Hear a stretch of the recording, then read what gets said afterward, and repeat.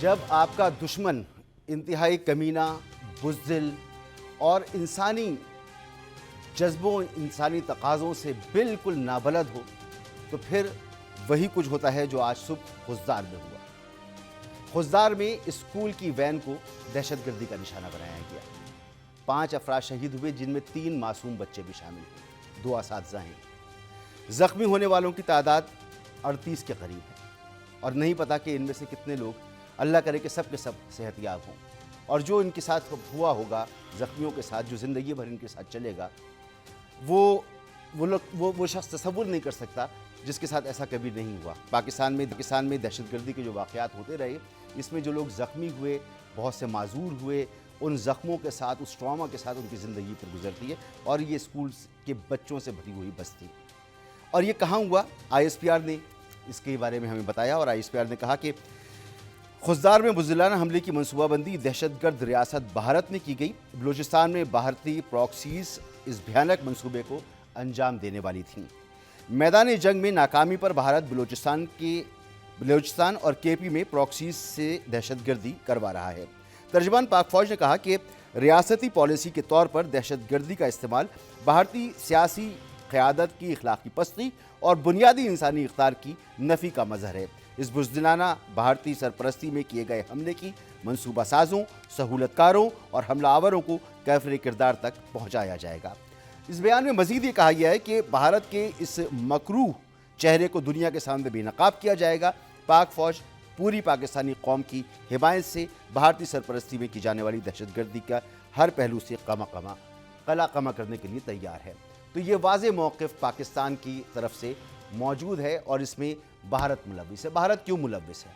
بھارت کو جو شکست ہوئی ہے پاکستان کے ہاتھوں، مودی کو جو شکست ہوئی ہے، وہ صرف نہ پاکستان کے نے بیان کی، بلکہ خود انڈیا میں سوالات اٹھ رہے ہیں، اور بین الاقوامی میڈیا ہر روز کوئی اداریہ، کوئی نیوز آرٹیکل، کوئی انالیسس شائع کر رہا ہے اور بتا رہا ہے کہ بیانیہ غلط، اور بھارت نے جو جہریت کی تھی وہ غلط تھی۔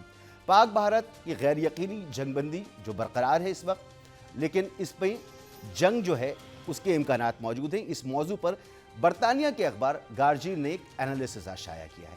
وہ یہ کہتا ہے کہ 4 روزہ جدید ترین میزائل اور ڈرون حملوں کے بعد بھارت و پاکستان کے مابین جنگ بندی قائم ہوئی ہے، تاہم جنگ بندی کمزور ہے، اور اس کے پیچھے نہ تو بھارت کی فتح کا پرچم لہرا رہا ہے اور نہ ہی کسی نئی سیاسی راہ کا تعین نظر آتا ہے۔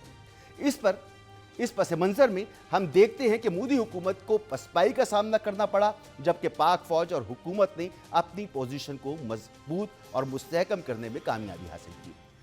وزیر اعظم نریندر مودی نے آپریشن سندور کے نام سے پاکستانی سرزمین پر دہشت گرد ٹھکانوں پر حملے کیے، لیکن بھارت ہٹ کیے گئے ٹارگٹس کو دہشت گرد ٹھکانے ثابت کرنے کے ٹھوس ثبوت دنیا کے سامنے نہیں لا سکا۔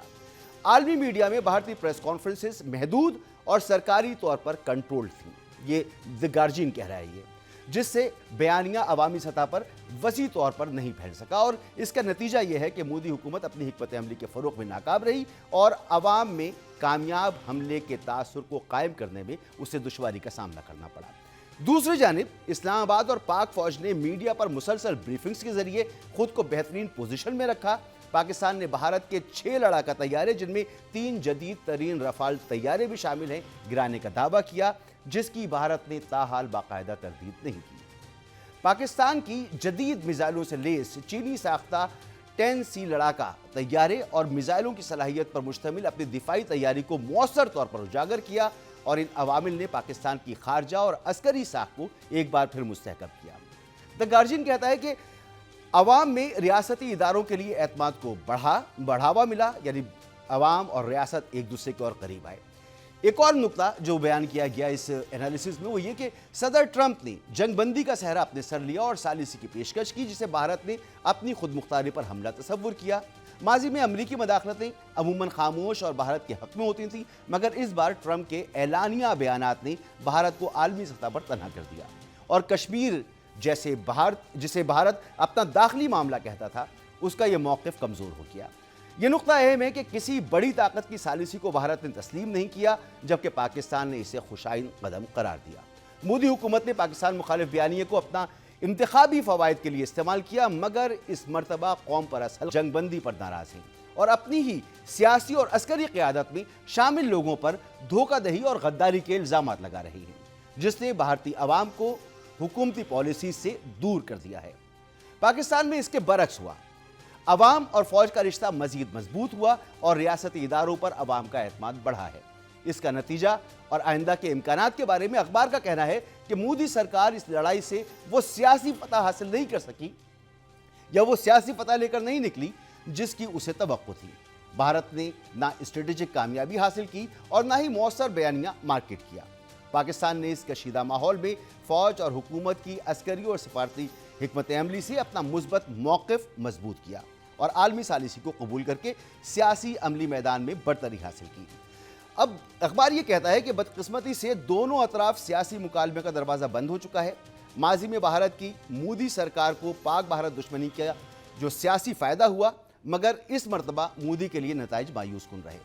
پاکستان نے اپنا دفاعی رخ مؤثر طریقے سے پیش کیا اور بارڈر ریپوٹیشن کو بحال رکھا۔ اگر حالات، اخبار اب یہ کہہ رہا ہے کہ اگر یہ حالات یوں ہی رہے تو آئندہ کسی نئی جنگ کا چھڑ جانا یقینی معلوم ہوتا ہے۔